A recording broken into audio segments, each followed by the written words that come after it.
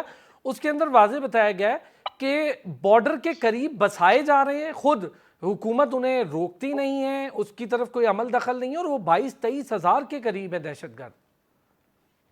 بلکہ سر ابھی آپ کو یاد ہوگا کہ ایک افغان ٹی وی کو برٹش ریپریزنٹیٹیو ہیں رچرڈ لینڈسے, انہوں نے ایک انٹرویو دیا ہے, وہ بھی آپ کی نظر سے گزرا ہوگا کہ انہوں نے بھی کس طرح کے ہولناک انکشافات کی, اور افغان ٹی وی پہ بیٹھ کے انہوں نے کی. انہوں نے کہا ہے کہ پاکستان کو سب سے زیادہ خطرہ ٹی ٹی پی اور ان ملیٹنٹ سے ہے جو کہ طالبان رجیم کی جن کو مدد حاصل ہے. تو ایک تو ہمارا یہ جو ٹارگٹ تھا یہ تو اس طرف رہ گیا, اس پہ میں نے بات کر دی.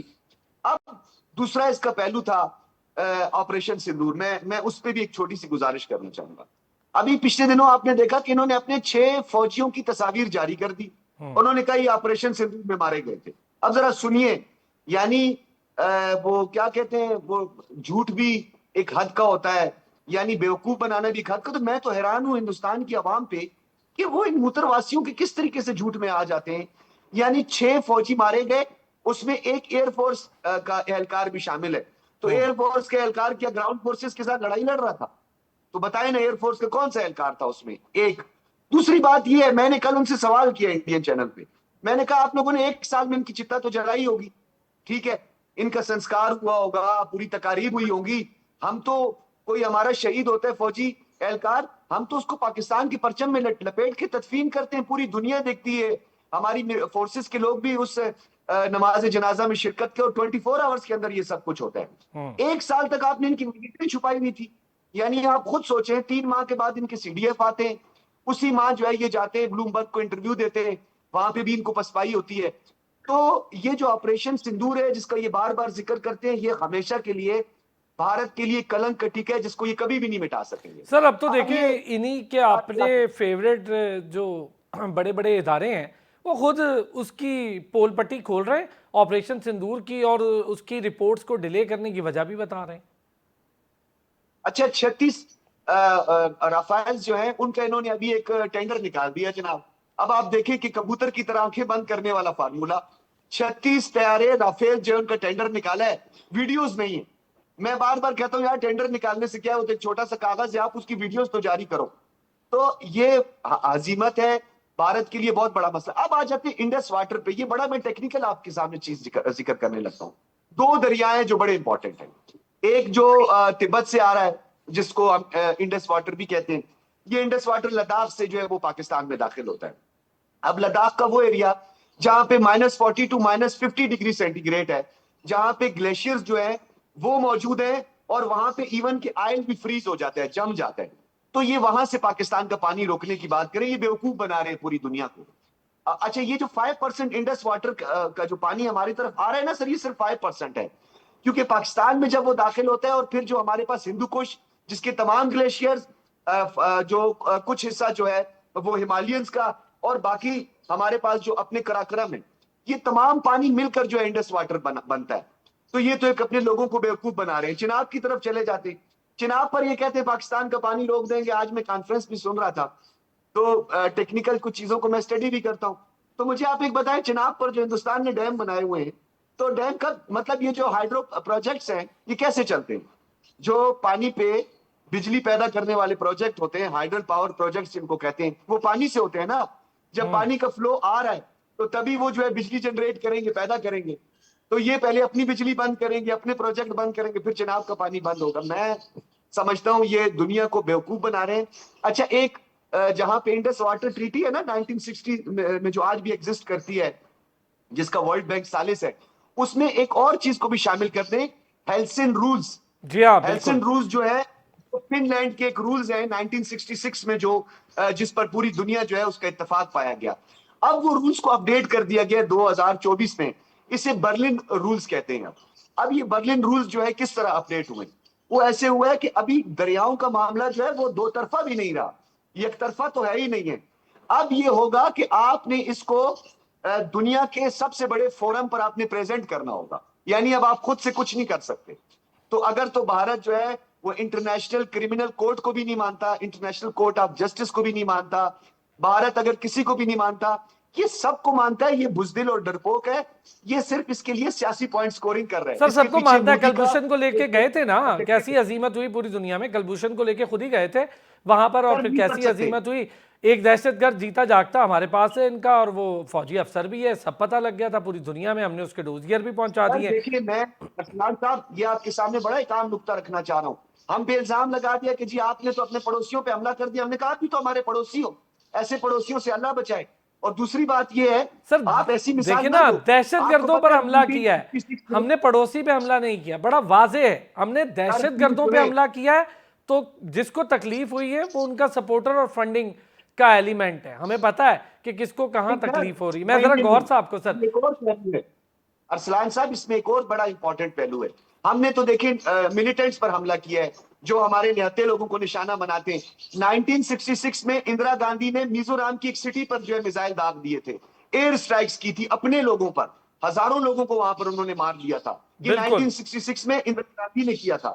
ہم نے تو کبھی اپنے ملک پہ حملہ نہیں کیا ہے, نہ میزائل داغے. تو یہ وہ کیا کہتے ہیں, اپنی ہزیمت کو چھپانے کے لیے اس طرح کی باتیں کرتے ہیں. میرے خیال میں ان کو ساتھ اگر ٹیکنیکل یا لاجک پہ بات کی جائے تو میرے خیال میں یہ بالکل بات ہی نہیں کرنے کے قابل. بالکل صحیح بات ہے. اچھا گور صاحب, سر یہی چیز اگر آپ سے تھوڑا ہم اس کو براڈر کینوس میں دیکھتے ہیں, پوری دنیا امن کی بات کر رہی ہے, ہم اس خطے کو امن کا گہوارہ بنانے کے لیے گلف کے ساتھ اتنی اچھی انڈرسٹینڈنگ ڈیولپ, پوری دنیا نے اس کامیابی کو مانا اور ہم اس کو سمیٹ بھی رہے ہیں الحمدللہ, اور اچھے سے آگے بڑھا. ایک طرف جنگ کے ساتھ دوبارہ منڈلانے لگے, ہمارا اپنا رول بڑا امپورٹنٹ ہے چونکہ ایم او یو اسلام آباد ایم او یو ہے, ایکارڈ اسلام آباد ایکارڈ ہے, ہم سب کو کیا پوری دنیا کو پتہ ہے یہ بات. ہم ایک طرف یہ کر رہے ہیں اور دوسری طرف ہمارے ساتھ بیٹھا پڑوسی افغانستان, پاکستان میں دہشت گردی ٹرانسپورٹ کر رہا ہے اور اتنے کھلے دھڑلے کے ساتھ, اور چاہتے کہ ہم انہیں جواب بھی نہ دیں, ہم خاموش بھی بیٹھے. کیوں خاموش بیٹھے رہیں؟ مجھے ذرا بتائیں اب ٹیکٹیکلی ہمیں کیا کرنا ہے, کیا قدم اٹھانا ہے, کیا بس ہو گئی ہے ہماری؟ جی سجاد صاحب نے ایک بڑی اچھی چیز ہائی لائٹ کی کہ ایکچولی اگر انڈس واٹر ٹریٹی پہ ٹیکنیکلی دیکھیں نا تو ٹھیک ہے, آلدو میں اس پہ اگری کرتا ہوں کہ انڈیا کے پاس ٹوٹل کنٹرول نہیں ہے فلو آف ریور کو مکمل بند کرنے کا, مگر جس قسم کا وہ دشمن ہے فیوچر میں وہ اس طرح کے منصوبے بنا سکتا ہے کہ ایون جو ہائیڈرو الیکٹرک ڈیمز بن گئے ہیں چناب پہ, ان کا جو پانی بجلی بنانے کے بعد نکل رہا ہے اس کو کینال یا اور دوسری طرف ڈائیورٹ کر دے.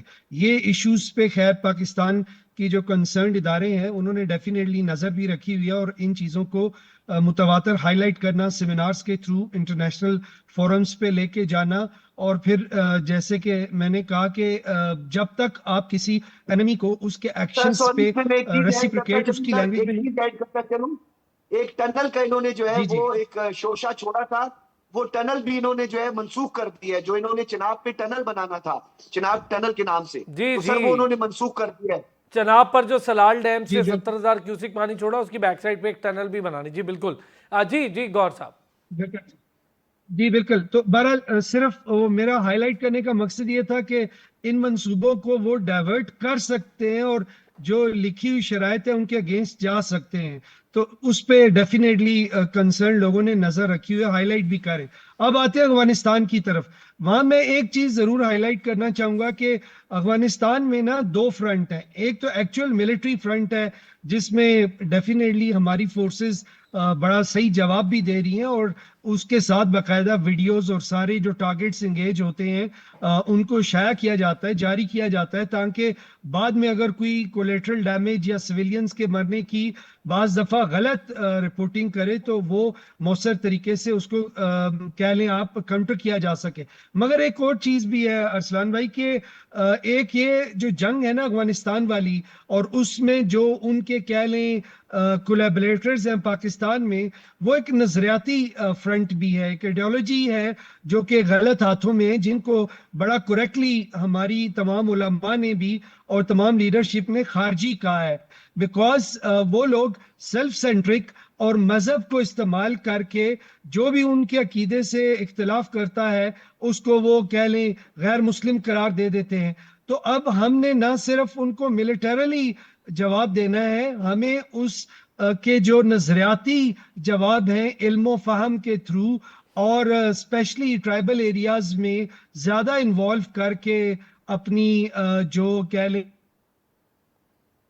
یہ بات آپ کی ٹھیک ہے, یہ میں اس بات سے ایگری ہوں کہ ہمیں اس طرف بھی سوچنا ہے, ہمیں یہ کیپیسٹی بلڈنگ اور ہمیں یہ کمیونٹی موبلائزیشن اس طرف بھی جانا ہے. یہ آپ نے بڑا اچھا پوائنٹ ریز کیا. جاوید صاحب پلیز سر آپ کا ویو اس پر, یہ جو افغانستان چیپٹر ہے اس کا کیا اور کس طرح سے اب دیکھنا ہے اس کو؟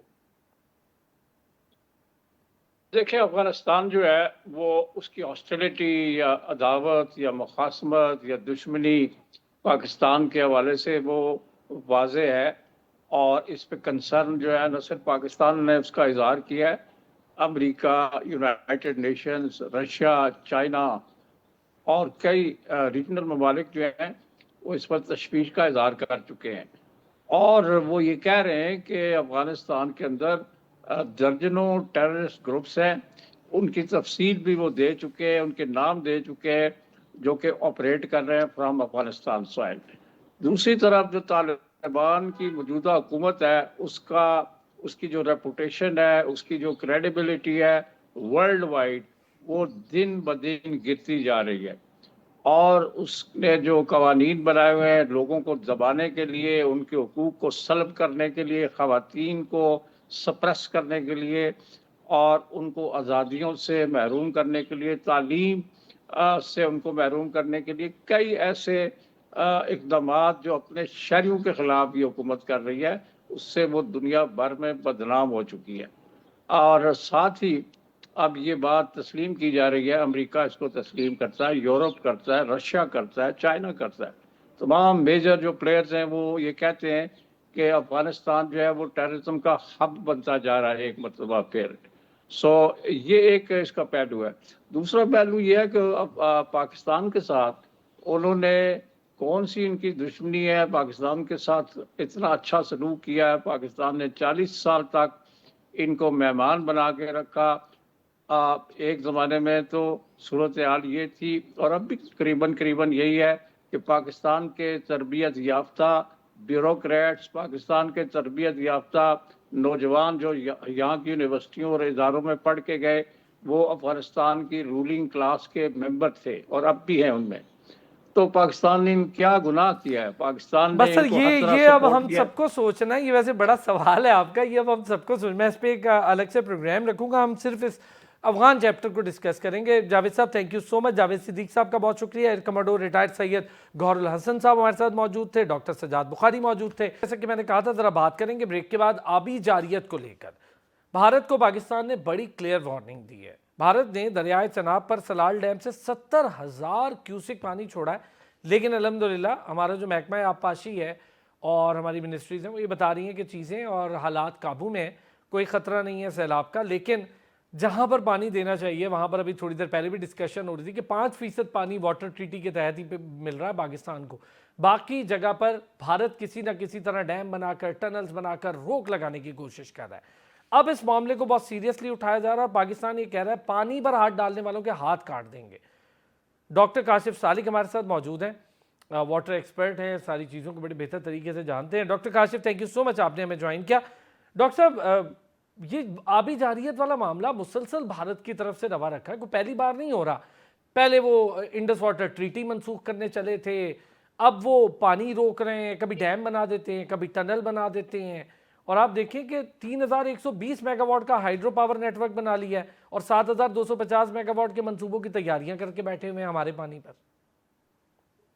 جی واقعی یہ ایک بڑا چیلنج ہے, جیسے بھی آپ نے بتایا بھی ہے کہ 70,000 کیوسک جو ہے انہوں نے ایک دم چھوڑ دیا ہے. تو اس کے 2 اینگل ہیں خاص طور پہ.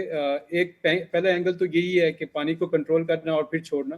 یہ ایک آبی جارحیت کی نظر سے دیکھا جا سکتا ہے, خاص طور پہ جب کہ پاکستان کو پانی کی ضرورت ہے. خریف کراپس میں جو سمر کراپس ہیں, آپ کی رائس ہے اور شوگر کین کو پانی چاہیے.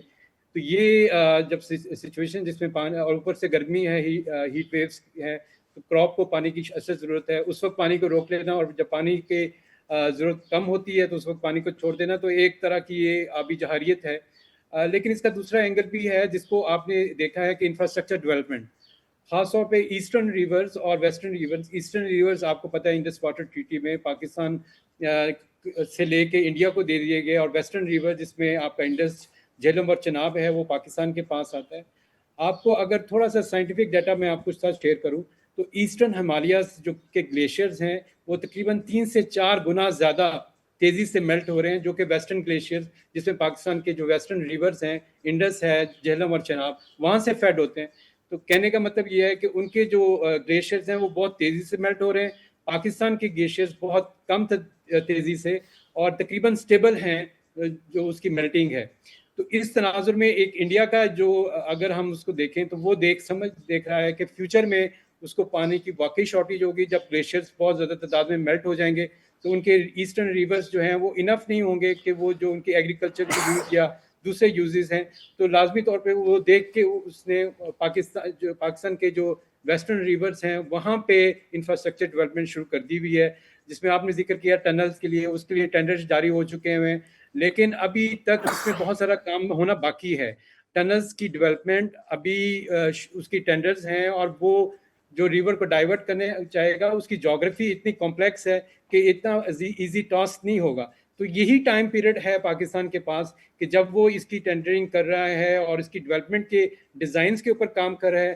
پاکستان جو آج ایک سیمینار بھی، ہائی لیول سیمینار پاکستان میں ہو رہا ہے، میرے خیال میں ایک بڑا خوش آئند بات ہے.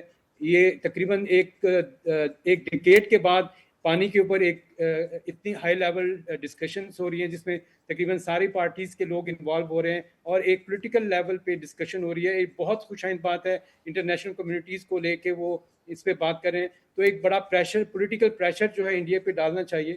تو ایک تو اینگل یہ ہے کہ اور کلائمیٹ سائنس کو سمجھتے ہوئے کہ انڈیا کی جو ولنریبلٹی ہے کہ فیوچر میں اس کو پانی کم اویلیبل ہوگا اس کے ایسٹرن ریورز کے تھرو، تو وہ جو ہے ویسٹرن ریورز کے ساتھ پورا کرنے کی کوشش کر رہا ہے. ہم نے اس کو بہت بہتر طور پہ ویجیلنٹ رہنا ہے، اس کے اندر اپنے ریسرچ اور جو ڈیولپمنٹ ہے اس کو انشور کرنا ہے.